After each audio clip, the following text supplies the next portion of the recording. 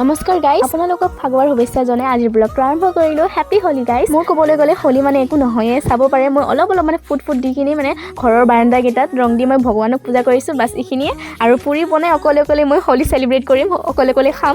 লগেইটাক মাতিছোঁ, আহি না নাই গম নাপাওঁ। কাষৰে আণ্টিয়ে মোক মালপোৱা দি গৈছিলে, মই চাহ এক কাপো খোৱা নাই, সেইকাৰণে মই এবাটি চাহ খাই আছোঁ এতিয়া বৰ্তমান। পুৰি বনাব গ'লে টাইম লাগিব, সেইকাৰণে মই আগতে খাই লৈছোঁ অকণমান। মই পুৰি বেলি ল'লোঁ আৰু ভাজা কৰি আছোঁ। এতিয়া পুৰি ভালদৰে মানে গোল কৰিব পৰা নাই, বাদ দিয়া মইহে খাম, কোনো নাই ঘৰত গাইজ, কোনো নাই। মই অকলে চেলিব্ৰেট কৰিম হোলি গাইজ। আপোনালোকে চাব পাৰে মোৰ একদম পুৰি ৰেডি। তাৰপিছত মই আলু ভাজিম এতিয়া। পিছত ভণ্টি দুজনী আহিছে মোক ৰং লগাবৰ কাৰণে, আৰু সিহঁতে মোক ৰং লগাইছে আৰু মই কাকো যোৱা নাই ৰং লগাব, মই লগাই দিছোঁ। আগৰ নিচিনা ফূৰ্তি নাই, আগৰ নিচিনা মানুহ নাই, চবেই বিয়া হৈ গৈছে লগবোৰ, সেইকাৰণে বেয়া লাগে। ইফালে চাব পাৰে এতিয়া আমাৰ দুপৰীয়া আহাৰ ৰেডি হৈ গ'ল, আৰু এইজনী হ'ল মোৰ বিয়া কৰা লগৰীয়া। এবাৰ আহিছে, বহুত ফূৰ্তি লাগিছে, বহুত দিনৰ মূৰত লগ পাইছোঁ, সেইকাৰণে একেলগত বহি খালোঁ আমি, বহুত কথা পাতি আৰু খাই মেলি উঠি আমি অলপমান পথাৰত ফুৰিবলৈ গ'লোঁ। যদি ভিডিঅ'টো ভাল লাগি থাকে প্লিজ ছাবস্ক্ৰাইব এটা কৰিবলৈ নাপাহৰিব। আজিলৈ আহিছোঁ, লগ পাম অন্য এটা ভিডিঅ'ত, বাই।